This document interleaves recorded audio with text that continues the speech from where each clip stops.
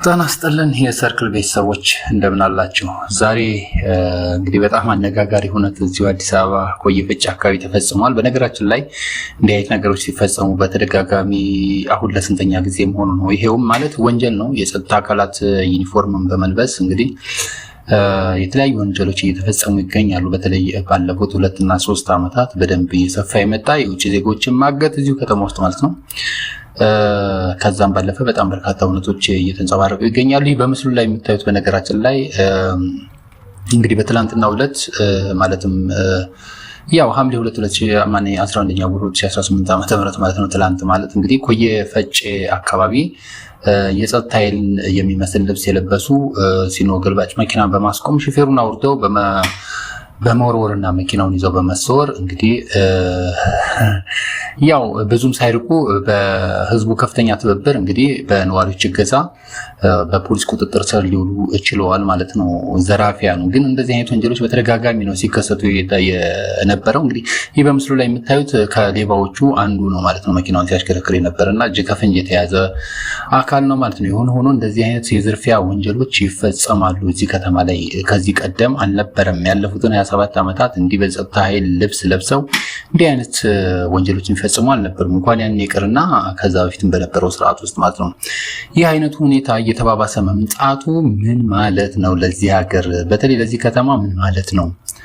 አዲስ አበባ ለሚያክል ከተማ እንዲህ አይነት የጸጥታ ችግር መፈጠሩ፣ የዜጎች ሀብት አንጡራ ንብረት በዚህ የጸጥታ ልብስ ለብሰው በሚያጨናብሩ አካላት እየዘረፈ መምጣቱ ምንድነው የሚያመለክተው የሚለውን ነገር ሰፋ ያለ ትንተና እንሰራለን። በመጀመሪያ ግን ስለ እውነቱ ስለዚህ አሁን ስላነሳነው እውነት የተወሰነ ነገር ማለት ይኖርብናል። እንግዲህ ከፍ ሲል እንዳልኩት የጸጥታ ኃይል ልብስ የለበሱ ሌቦች እንግዲህ ሲኖ ገልባጭ መኪናን በማስቆም እና ሹፌሩን አውርደው በመወርወር ከመኪናው ላይ ማለት ነው አስወርደው መኪናውን ይዘው ይጠፋሉ። ነገር ግን የገላን አካባቢ ኮንዶሚኒየም ነዋሪዎች እዛ አካባቢ ያሉ ሹፌሮች ገለጻቸው ስለ መኪናው ምንነት ቀደም ሲል የሹፌሮች አንደበት የተሰኘው ገጽና ሌሎችም አካላት የመኪናውን ምስልና ታርጋ በመለጠፍ አስተዋውቀው ስለነበር ገላን አካባቢ የሚገኙ ሰዎች እንግዲህ መኪናው እየተሰረቀ መሆኑን በመለየት መንገዱን በመኪና በመዝጋት ሌባውን ሊያስቆሙት ችለዋል ማለት ነው። መኪናው እያሽከረከረ በነበረበት ሰዓት ላይ እንግዲህ አዲስ አበባ ፖሊስ እና ኢትዮጵያ ፌዴራል ፖሊስ እንዲህ ባሉ አካላት ላይ ጥብቅ ምርመራ በማድረግ እንግዲህ በቀን ዋና ከተማ ላይ የህግ አስከባሪን ልብስ በማድረግ ይህንን ወንጀል አብረው የፈጸሙ አካላትን ስርዓት ሊያስይዛቸው ካልተገባ በስተቀር በዚህ አይነት መንገድ በጣም በርካታ ሁኔታዎች እየተፈጸሙ ይገኛሉ። የሆነው ይሄ ነው። እንግዲህ ሹፌሩ ተያዘ፣ ሌባው ተያዘ፣ መኪናውም ኤግዚቢት ሆኗል። ነገር ግን ተጠያቂነቱ ምን ድረስ ነው የሚለው በጣም አስፈላጊ ነገር ነው። ምክንያቱም አሁን እዚህ የምታዩት ምስል ላይ የጸጥታ ኃይሎቹ አይታዩም ወይ የጸጥታ ኃይል ልብስ የለበሱ ዜጎች አይታዩም። ለምን? መንገድ ላይ ወርደዋል። ምክንያቱም ከኮየ ፈጬ ነው ይዞ የመጣው። የተያዘው የት ነው? ገላን ነው የተያዘው፣ ገላን። እና ይህ ምንን ያመለክታል? በአንድ ሀገር ላይ እንዲህ አይነት ሁነቶች፣ በአንድ ከተማ ላይ እንዲህ አይነት ሁነቶች በፈጸማቸው ምንድን ነው የሚያመለክተው? እንደ ሀገርስ ይህ አደጋ እንዴት ይታያል የሚለውን በቀጥታ ለማየት እንሞክራለን። እንግዲህ በጸጥታ ኃይል ልብስ ወይም ዩኒፎርም በመልበስና እንደዚህ አይነት ነገሮችን በማድረግ የሚፈጸም የሌብነትና የዘረፋ የማጭበርበር ወንጀሎች እንግዲህ መበራከት በአንድ ሀገር ላይ ካለው የፖለቲካ የኢኮኖሚና የማህበራዊ ስርዓት አንጻር እንግዲህ ጥልቅና አደገኛ የሆኑ መዋቅራዊ ቀውሶች መኖራቸውን አመላካች ነው ማለት ነው። አዲስ አበባ ላይ ያለውን የመዋቅር ኮራፕት መደረግ የቀውሱን ደረጃ የሚያሳይ ነው ማለት ነው። የጸጥታ መዋቅሩን በተመለከተም እንግዲህ ዩኒፎርም የመንግስት ህጋዊ የኃይል የበላይነት ማሳያ፣ የህግ የበላይነትና የዜጎች ደህንነት ዋስትና መገለጫ ነው። እንደሚታወቀው መንግስታዊ ዩኒፎርም ማለት ነው። የጸጥታ ኃይላት የሚለብሱት ዩኒፎርም ያው ይታወቃል። ሚሊተሪ ምን ያህል እንደሚከበር ኢትዮጵያ ውስጥ ይታወቃል። አሁን እንትን ሆኖ ይመጣ። ነገር ግን በተለይ አዲስ አበባን በሚያክል ከተማ ላይ እንዲህ አይነት ነገሮች መፈጸማቸው እጅግ አሳፋሪም ጭምር ስለሆነ ዋነኛ የዜጎች መገለጫ ነው። እንግዲህ ምልክት ለወንጀል መፈጸሚያነት በስፋት መዋል ሲጀምር በመንግስት መዋቅርና በህዝብ መካከል ያለው ማህበራዊ ትስስር እንግዲህ እየፈረሰ መምጣቱን የሚያሳይ ነው ማለት ነው። እንግዲህ የዚህን ክስተት መበራከት ከሀገሪቱ አጠቃላይ ስርዓት አንጻር በተለያዩ መንገዶች ከፍለን እናየው እንችላለን። የመጀመሪያው እንግዲህ ህግ የበላይነትና የጸጥታ መዋቅሩ መላሸቅን በለው ምን ልንለው እንችላለን? ወይም ደግሞ መላላትን በለው የጸጥታ መዋቅሩ በአግባቡ ስራውን አለመስራት ወይም ኮራፕት መድረግ አድርገን ልናየው እንችላለን። እንግዲህ የጸጥታ ኃይል ልብስ የለበሱ ሌቦች መበራከት በመጀመሪያ ደረጃ የሚያሳየው የሀገሪቱን የህግ ማስከበርና የቁጥጥር ስርዓት ደካማነትን ይሆናል ማለት ነው። የቁጥጥር ስርዓት ማነስ ማለት እንግዲህ መንግስት የጸጥታ አካላት ዩኒፎርሞች፣ መታወቂያዎችና ሌሎች ትጥቆች የሚመረቱበት የሚታደሉበት እና የሚቆጣጠሩበት ስርዓት ክፍተት እንዳለ ያሳያል ማለት ነው። ምክንያቱም ይሄ ከተማ እውነት ለመናገር አብይ ከየትኛውም አካባቢ በበለጠ ሁኔታ ቁጥጥር የሚያደርግበትና ጥበቃ የሚያደርግበት ከተማ እንደሆነ ይታወቃል። ነገር ግን እነዚህ የጸጥታ አካላት ትጥቅ የሆኑ ማናቸውም ነገሮች ተላልፈው ሲሰጡ በቂ ቁጥጥር ስላላደረገ እንዲህ አይነት ወንጀሎች እንዲፈጸሙ አድርጓል ማለት ነው። ወንጀለኞች እንግዲህ እነዚህን አልባሳት በቀላሉ ማግኘት መቻላቸው የደህንነት መዋቅሩ የውስጥ ቁጥጥር ምን ያህል የላላ እንደሆነ ያረጋግጣል ማለት ነው። ሁለተኛው ጉዳይ ደግሞ በዚሁ ስር ማለት ነው የደህንነት ወይም ደግሞ የመረጃ ክፍተት መኖሩን፣ ኢንተለጀንሱ በጣም ደካማ መሆኑን እንግዲህ የጸጥታ ኃይሉ በየአካባቢው የሚንቀሳቀሱ ህገወጥ ቡድኖችን አስቀድሞ የመለየትና የመከላከል አቅሙ ውሱን ካልሆነ መስጠቀም እንዲህ አይነት ነገሮች ሊፈጸሙ አይችሉም። መኪናን የሚያክል ንብረት ለዛውም ሲኖ እኮ ነው። ሲኖ ትራክ በጣም እኮ አስገራሚ እኮ ነው። ሲሰረቅ ማየት እንግዲህ ምን ያህል የኢንተለጀንስ ክፍተት እንዳለ ያሳያል ማለት ነው። ወንጀለኞች የጸጥታ አካላትን የአሰራር ስልት በመከተል እንግዲህ ወይም ደግሞ ጠንቅቀው በማወቅ የመንግስትን መዋቅር ለመፎካከር ደፍረዋል ማለት ነው። ለምን? የመረጃ ክፍተት ስላለ ማለት ነው። በቂ የመረጃ ትስስር ስለሌለ ማለት ነው። በቂ ቅድመ ዝግጅት ስለሌለ ማለት ነው። ሌላኛው ደግሞ ምናልባትም የውስጥ ተባባሪ አካላት ሊኖሩ ይችላሉ። በብዙ አጋጣሚዎች እንዲህ ያሉ ወንጀሎች የሚፈጸሙት እንግዲህ ከውስጥ ባሉ ሙሰኛ የጸጥታ አካላት ተባባሪነት ወይም ደግሞ ቀጥተኛ ተሳትፎ ሊኖራቸው ይችላል። ይህ ደግሞ እንግዲህ በጸጥታ ተቋማት ውስጥ ያለውን የስነ ምግባር መውረድ እና የክትትል መዋቅሩ መፍረስን ያስረዳል ማለት ነው።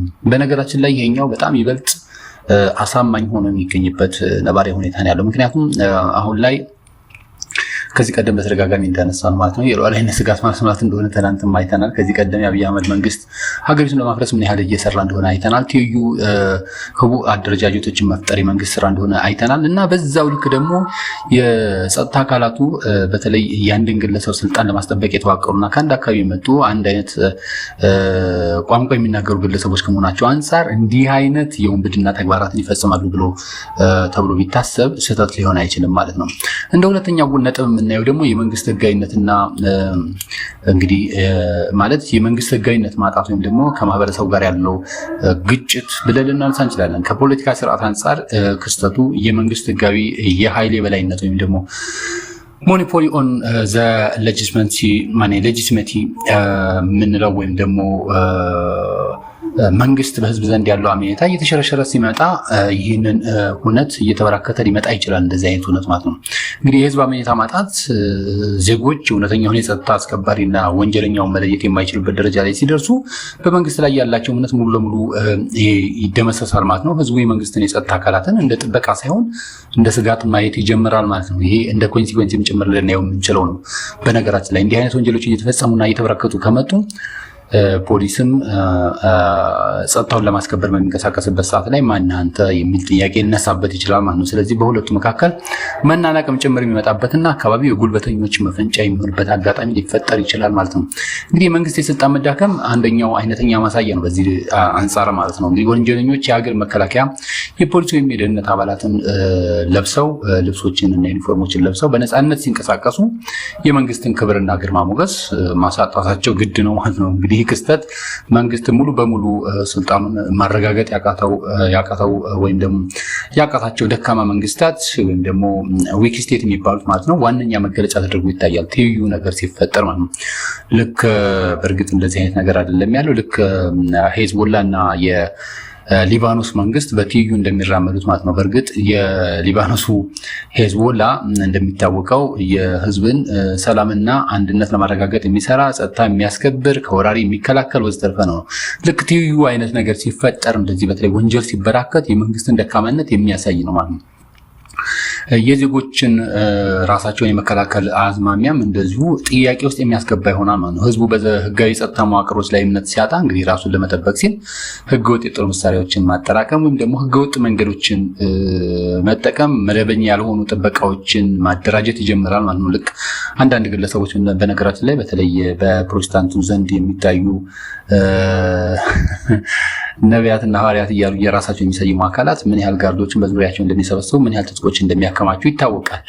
እና እንደዚህ አይነት ነገር በስፋት እየተሰራጨ ይመጣል፣ እየተጠናከረ ይመጣል ማለት ነው። ስለዚህ የሀገር መንግስቱን ድክመት ወይም ደግሞ በጸጥታው ዘርፍ ያለውን የመንግስትን በፖለቲካው መዋቅሩም ሆነ በአጠቃላይ ከማህበረሰቡ ጋር ያለውን ግንኙነት በተመለከተ መላላቱን እና መውረዱን የሚያሳይ ነው ማለት ነው። እንግዲህ ሀገሪቱን ወደ ባሰ ትርምስና ስርዓት አልበኝነት ይወስዳል እንዲህ አይነቱ እንቅስቃሴ። ምክንያቱም ምልክቶችን እያየን ስለሆነ ነው እንደዚህ አይነት ትንታኔ ለመስራት እየተገደን ነው ማለት ነው። ይሄ ትልቅ ምልክት ነው። በነገራችን ላይ በዋና ከተማዋ ላይ የጸጥታ ኃይል ልብሶችን በመልበስ የፈለጉትን ነገር ማድረግ የሚችሉ ቡድኖች ከመጡ የራሳቸውን አደረጃጀት ፈጥረው በእንደዚህ አይነት መንገድ መንቀሳቀስ ከጀመሩ ህዋይኖት ምን እየተደረገ ነው የሚለውን ማስተዋል ያስፈልጋል ማለት ነው። እንግዲህ የማህበራዊና ኢኮኖሚያዊ ስርዓቱ መበስበስም ለዚህ አይነተኛ ማሳያ ተደርጎ ይወሰዳል። ለምሳሌ ወንጀለኞች ተራ ስርቆትን ትተው ይበልጥ የተደራጁ የረቀቁና የመንግስት መልክ ያላቸውን የወንጀል ስልቶችን መከተላቸው እንግዲህ ከሀገሪቱ የኢኮኖሚና ማህበራዊ ቀውስ ጋር በቀጥታ የሚገናኝ ይሆናል ማለት ነው። አሻሻሉት የስርቆት ደረጃውን ከቁስ ወደ ትልልቅ የስርቆት አይነቶች ተሸጋገረ ማለት ነው። እንግዲህ እንደሚታወቀው መኪና በሚሊዮን የሚቆጠር ገንዘብ የሚወጣበት ነው እና ቀላል አይደለም። ይሄ የተደራጀ ወንጀል ወይም ደግሞ ኦርጋናይዝድ ክራይም የምንለው ማለት ነው። እንግዲህ እየተስፋፋ ሲመጣ ይህ አይነቱ ወንጀል በተራ ሌቦች የሚፈጸም ሳይሆን ከጀርባቸው የገንዘብ አቅም ያላቸው የአቅርቦት ሰንሰለትና የጥበቃ መረብ ያላቸው የተደራጁ ወንጀለኛ ቡድኖች መኖራቸውን የሚያሳይ ሆኖ እናገኘዋለን ማለት ነው። በነገራችን ላይ እዚህ ቀረጽኩት ማለት የተጠቀምኩት ቪዲዮ ላይ ያለው ግለሰብ የሚናገረው ነገር የለም። ነገር ግን በሰዓቱ ፊት ለፊቱ ያሉት ፖሊሶች እንዲናገር ይገፋፉታል። እሱ መናገር አይፈልግም። ምክንያቱም ከጀርባው ከፍተኛ የሆነ ኃይል ስላለ አንዳችም የሌብነት ስሜት አይታይም ፊቱ ላይ። እንግዲህ ይህ አይነቱ ነገር እንግዲህ በሀገሪቱ የኢኮኖሚ ላይ እና የወንጀል መረቦች ከመደበኛ ስርዓት በላይ እየተጠናከሩ መምጣታቸውን የሚያመላክት ይሆናል ማለት ነው። የስነ ምግባርና የእሴት መደርመስም እንግዲህ አንዱ የሰውን ንብረት በቀላሉ ሰው ስንት ዓመት ለፍቶ የገዛውን መኪና ስንት ዓመት ለፍቶ ያገኘውን ሀብት ንብረት ለመውሰድ ምንም ሞራል የማይቆነጥጣቸው ሰዎች እየተበራከቱ መምጣታቸውን የሚያሳይ ነው ማለት ነው። ህግና ስርዓትን የሀገር ሉዓላዊነትንና ደህንነትን የሚያመለክቱ እንግዲህ የክብር አልባሳትን ለዝርፊያ መጠቀም በማህበረሰብ ውስጥ ያለውን የሞራል ውድቀት ከማሳየቱም በላይ ወንጀለኞች ለምንም አይነት ብሔራዊ እሴትና ተቋም ክብር እንደሌላቸው ማሳያ ሆኖ የሚጠቀስም ጭምር ይሆናል ማለት ነው። እንግዲህ የኢትዮጵያ ህዝብ ህግ አክባሪ ነው ይባላል። እንዲህ አይነት አካላት እየተፈጠሩ ከመጡ ወይኖት ህግ አፈር በላ ማለት ነው። እንግዲህ እንደሚታወቀው ረጃጅም ጊዜያት የኢትዮጵያ ህዝብ ያለ መንግስት የተቀመጠባቸው ጊዜያቶች አሉ። ለምሳሌ መንግስቱ ሄዶ የወያኔ ስርዓት ማለት ከግንቦት 13 ከግንቦት 20 ድረስ ለ7 ቀናት ኢትዮጵያ ውስጥ መንግስት አልነበረም ይታወቃል። ከዛ በፊትም እንደዚሁ የተለያየ ጊዜ ያለ መንግስት ተቀምጧል ሀገሪቱ በተለይ ዋና ከተማ ማለት ነው። በዛን ሰዓት እንኳን እንዲህ አይነት እውነት አልተፈጠረም። ለምን? ህግ ስለሚያውቅ ህዝቡ እርስ በርሱ ስለሚጠባበቅም ጭምር አንዱ የአንዱን ሀብቴ ነው ብሎ ስለሚጠብቅ። በእርግጥ አሁንም የታየው ያ ነው ነገራችን ላይ። ምክንያቱም ከኮየ ፈጨ እየነዳ መጥቶ ገላን ሲደርስ መያዙ፣ ህብረተሰቡ መንገድ መዝጋቱ ይሄ ትልቅ ኃላፊነት ነው። በነገራችን ላይ በጸጥታ ኃይል ልብስ የሚፈጸሙ ወንጀሎች እንግዲህ መበራከታቸው ተራ የወንጀል ክስተት ሳይሆን እንግዲህ ሀገሪቱን የፖለቲካና የህግ እና ማህበራዊ ስርዓት ከፍተኛ አደጋ ላይ መውደቁን የሚያሳዩ ናቸው ማለት ነው። የብልጽግና መንግስት በዚህ በኩል እንግዲህ ያለበትን ድክመት በተደጋጋሚ ያየን ጉዳይ ነው። እንግዲህ መንግስት ወንጀለኞችን ከመያዝ ባለፈ መዋቅራዊ የሆኑ ማሻሻያዎችን ማድረግ ይጠበቅበታል። ግን ይህን እንደሚያደርግ የብልጽግና መንግስት ይህን ያደርጋል ብሎ መጠበቅ ትንሽ የዋህነትም ጭምር ሊሆን ይችላል። ምክንያቱም በተደጋጋሚ ታይቶ በተለይ እንደዚህ አይነት ወንጀሎችን አይዟችሁ ላይ የሚል እስኪመስል ድረስ ነው ተግባራት እንዲፈጸሙ የሚገፋፋው ማለት ነው። የሆነ ሆኖ ሰርክ ላይ ይህን ሀሳብ ለማንሳት ነበር ዛሬ እንዲህ አይነት አጀንዳ ያነሳ ነው። ስለተከታተላችሁ እናመሰግናለን። ገጻችን ላይክ፣ ሼር እና ሰብስክራይብ አድርጉ።